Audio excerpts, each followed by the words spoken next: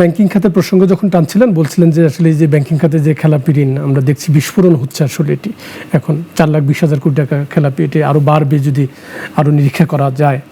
তো এই যে খেলাপি ঋণ বলছিলেন যে ব্যাংকিং খাত লোপাট হয়েছে, এটি সত্য, কিন্তু ব্যাংকিং খাত লোপাট কারা করেছে? তারাও তো ব্যবসায়ী ছিলেন নাকি? তারা নামে ব্যবসায়ী, আসলে তারা লুটেরা। এবং যদি প্রকৃত ব্যবসায়ীরা খুব হিসাব করে ব্যাংকের থেকে টাকা নেয়, আচ্ছা, যে আমার প্রিন্সিপাল যে লোনটা নিচ্ছি সেই লোনটা দিতে হবে, সাথে এটার সাথে ইন্টারেস্ট যোগ করবে, এবং যে প্রজেক্টের এগেনস্ট আমার টাকা নিচ্ছি আমার রিপেমেন্ট আমি এখান থেকে আর্ন করে দিতে পারবো কিনা। আর ভুলও করে সবাই, যে লুটেরা তা না। দেখা যাচ্ছে যে যারা প্রকৃত ঋণ খেলাপি তাদের মধ্যে অনেকে ভুল করেছে। একটু আগে বললাম যে আনপ্ল্যান্ড এক্সপ্যানশন, আপনি 3টা ফ্যাক্টরি করছেন, আমার সক্ষমতা নাই, আমি মনে হচ্ছে তাহলে আমিও 3টা করি, সেই জায়গা থেকে বেরিয়ে আসতে হবে। আর উইলফুল ডিফল্টার যারা হলো যে কোনো সরকারের আশীর্বাদ পুষ্ট হয়ে ব্যাংকের থেকে টাকা বের করে নিয়ে যায়। তা না হলে কি একটা ব্যাংকের 96% এনপিএল হয় নাকি? তো 25% এনপিএল হয় নাকি? এনপিএল হইতে পারে 5%, 6%, 10%, এটা এনপিএল হইতে পারে। হ্যাঁ, সে এটা হলো বিভিন্ন কারণে হইতে পারে, রাজনৈতিক দুর্যোগ, মানুষ সৃষ্ট দুর্যোগ, ন্যাচারাল যেটা বলি প্রাকৃতিক দুর্যোগ, বিভিন্ন কারণে হইতে পারে, সাপ্লাই চেইন ডিসরাপশন, এইগুলোকে বলে ঋণ খেলাপি। আর তারা হলো যারা ব্যবসা করতে যে খেলাপি হয়েছেন তারা হলো ব্যবসায়ী বা শিল্প উদ্যোক্তা। আর যারা উদ্দেশ্যমূলকভাবে ব্যাংকের থেকে টাকা বের করে নিয়ে গেছে, ব্যবসায়ী বা শিল্প উদ্যোক্তার লেভেল লাগাইতে পারে, তারা প্রকৃত ব্যবসায়ী না, তারা লুটেরা। আপনি সরকারের সঙ্গে প্রধান উপদেষ্টা বিশেষ সহকারী অর্থ মন্ত্রণালয়ের দায়িত্বে আছে, তার সঙ্গে একটি বৈঠক করেছেন। বৈঠকে একটি দাবির কথা ব্যাংকারদের নজরে এসেছে, তারা যেটি নিয়ে আলোচনা করছে যে এখন যে ব্যাংকের ঋণ যেটা 3 মাসে যেটি মন্দ হচ্ছে সেটা আপনি 6 মাসের একটি দাবি তুলছেন। এটি ব্যবসায়ীরা সমর্থন করছেন, কিন্তু ব্যাংকাররা বলছেন যে মানে আপনারা ব্যবসায়ীরা কিছু হলেই ব্যাংকের উপরে দায় চাপিয়ে নিজেরা বাঁচার চেষ্টা করেন। অনেকে কেন্দ্রীয় ব্যাংকের একজন কর্মকর্তা বলছিলেন যে এটি মামাবাড়ি আবদারের মতো। কি জবাব? কেন্দ্রীয় ব্যাংকের কি বলেছেন আমি শুনি নাই। যারা এই আমাদের কমার্শিয়াল ব্যাংকিং যারা পরিচালনা করেন তারাও এটার সাথে অ্যালাইন্ড। এই কারণে অ্যালাইন্ড যে আপনার 9 মাস থেকে হঠাৎ করে আপনি 3 মাসে নেমে আসছেন। সো এবং এটা বলছেন যে আইএমএফ বলছে, কারণ আইএমএফ এই লোনটা লাগবে, এই জন্য আমরা নেমে আসছি। তাহলে যখন 9 মাস ছিল এই আইনটা কে করছে? কেন্দ্রীয় ব্যাংকিং থেকে করা হলো। তো হঠাৎ করে 9 মাস থেকে 3 মাসে না হলে যদি মামাবাড়ি আবদার হয় তাহলে মনে করবো হ্যাঁ মামাবাড়ি আবদারটা যৌক্তিক কিনা সেটা ইম্পর্টেন্ট। হ্যাঁ, তো মামার কাছে আবদার করতে দিতে পারি, অসুবিধা নাই, তো করছি। কিন্তু এইটা করলে যেটা হবে সেটা হচ্ছে এই অন্তত আমাদের সেক্টরে 4 থেকে 500 ফ্যাক্টরি ঋণ খেলাপির দায় থেকে বেঁচে যাবে। এই 3 মাস সময়ের জন্য তারা প্রস্তুতি নিতে পারবে, এবং দেখা যাবে যে এই খেলাপির সংখ্যা যে এনপিএল এটাও একটা সার্টেন পার্সেন্টেজে নেমে আসবে।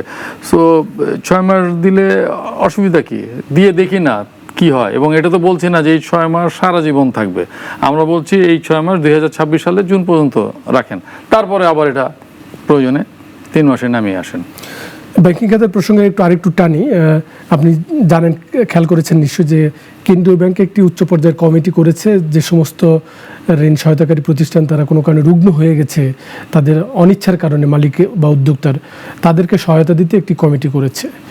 সেই কমিটি আসলে প্রায় 1200-র মতো আবেদন তারা নিয়েছে, এবং অদ্যাবধি তারা একটি আবেদনও চূড়ান্ত নিষ্পত্তি করতে পারেনি। আপনি মনে করেন যে একসময় তো কেন্দ্রীয় ব্যাংক কিন্তু সবগুলো ঋণের পুনঃতফসিলের আবেদন তাদের কাছে যেত, এবং ঋণের এইগুলো ফাইলের পাহাড় থাকতো, যার কারণে কিন্তু কেন্দ্রীয় ব্যাংক সেগুলোকে তফসিলি ব্যাংকগুলোর কাছে ফেরত দিয়েছে যে এই পুনঃতফসিলের আবেদন আমাদের কাছে আসার দরকার নেই।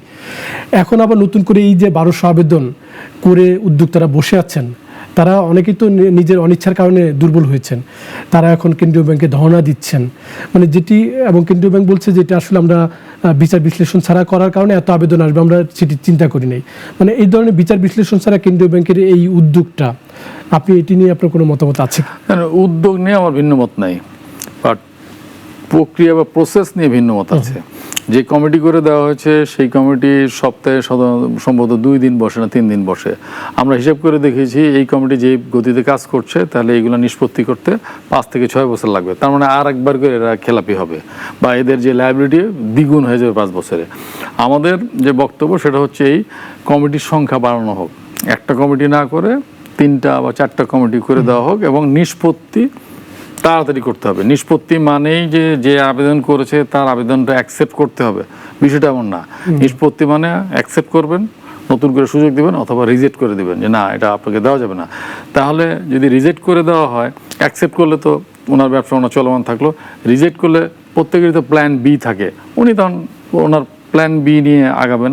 কিন্তু এই আবেদনের জন্য মাসের পর মাস, বছরের পর বছর সবাই হলো চাতক পাখির মতো তাকিয়ে থাকবে, এটা তো হইতে পারে না। কমিটি একটা জায়গায় 4টা করতে অসুবিধা কি? মানুষ নাই বাংলাদেশে যাদেরকে দিয়ে আর কমিটি করা যায়?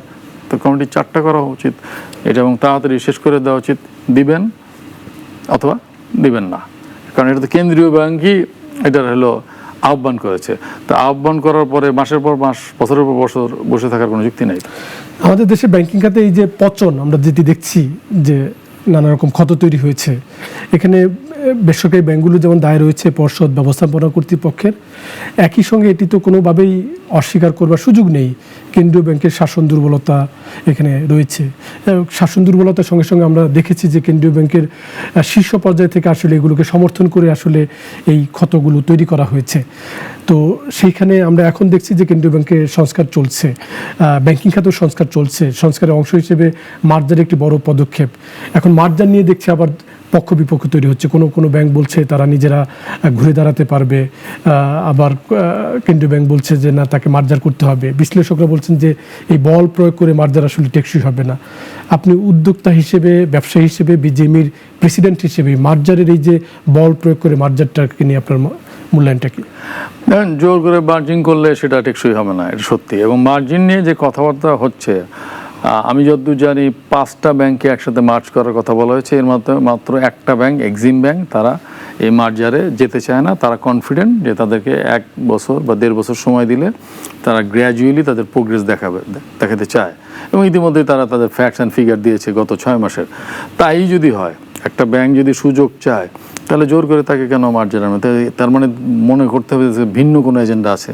তো তাদেরকে যিনি, আর বাকি 4টা ব্যাংক এটা তো হলো এসালাম গ্রুপ ব্যাংক, তো সেখানে নিয়ে তো কোনো কথা নাই। সেটা সরকার মার্চ করবে, করে ফেলুক। আর যিনি হইতে চান না তাকে সুযোগ দেওয়া উচিত বলে আমি মনে করি, কারণ উনি তো কনফিডেন্ট বলেই তো এটা চাচ্ছেন। আর ওখানে তো আপনি চাইলে পর্যবেক্ষক বসাতে পারবেন যে আরও যেন কোনো রং ডুইং ওখানে না হয়, আরও যেন এনপিএল না বাড়ে। সো সেই সুযোগ দেওয়া উচিত।